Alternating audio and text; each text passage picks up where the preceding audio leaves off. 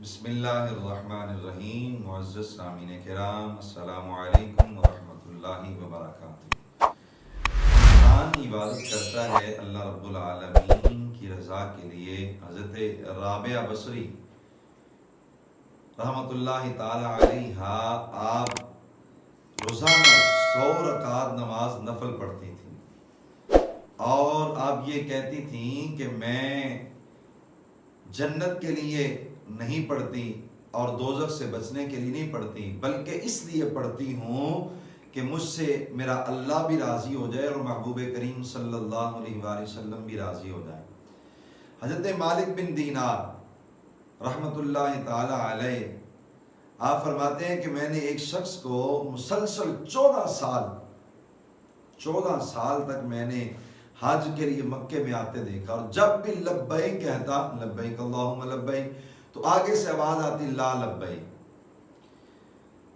تو تیری حاضری قبول ہی نہیں. حضرت مالک بن دینار فرماتے ہیں کہ میں نے اس کو کہا یار 14 سال سے تو اللہ کی بارگاہ میں آ رہا ہے، اللہ کے گھر میں آ رہا ہے، اور لبیک اللہم لبیک، اے اللہ میں حاضر ہوں، اے اللہ میں حاضر ہوں، یہ تو کہتا ہے، اور آگے سے آواز آتی لا لبیک، تیری کوئی حاضری قبول نہیں ہے.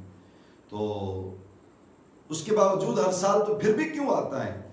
جب اس نے یہ کہا تو 14 سال کی بات کرتا ہے، اگر 14,000 سال بھی مجھے یہاں آنا پڑے اور میں لبیک اللہم لبیک کہوں، یا اللہ میں حاضر ہوں، یا اللہ میں حاضر ہوں، اور آگے سے آواز ہے لا لبیک لا لبیک، تیری حاضری قبول نہیں ہے، تو میں 14,000 سال بھی آؤں گا.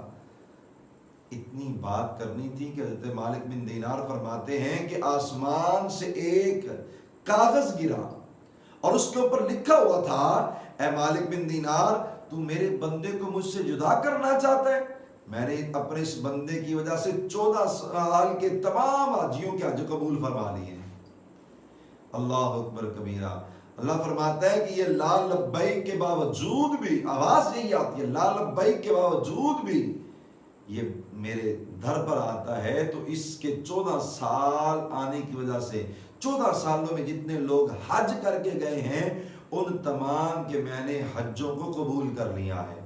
اور حضرت بابا فرید الدین مسعود گنج شکر رحمۃ اللہ تعالی فرماتے ہیں کہ بنی اسرائیل میں ایک عبادت گزار تھا، اس سے 70 سال اس طرح گزارے کہ دن کو روزہ رکھتا اور جہاد کرتا اور رات کو وہ نماز میں گزار دیتا. 70 سال کے بعد اس زمانہ کے نبی کی وحی آئی کہ اس کو جا کر کہہ دو تیری 70 سال کی عبادت قبول ہی نہیں ہم نے کی. اللہ اکبر کبیرہ.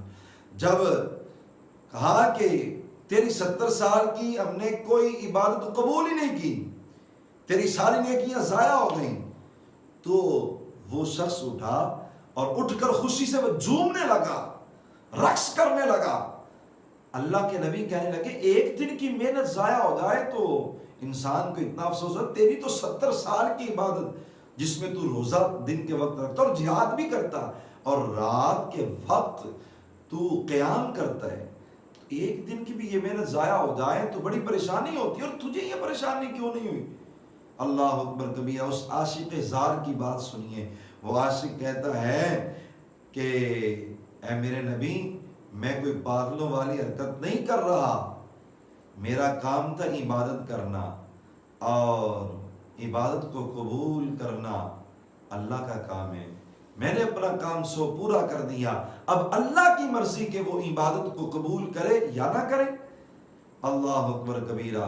اور میں خوشی سے اس وجہ سے جھوم رہا ہوں کہ اللہ رب العالمین نے مجھے یاد تو کیا ہے نا، اگرچہ اس نیکی قبول ہونے کی وجہ سے نہیں بلکہ میری محنت ضائع کر کے مجھے قبول کیا ہے، تو میں پھر بھی اس پہ خوش ہوں کہ میرا اللہ مجھے یاد تو کرتا ہے نا.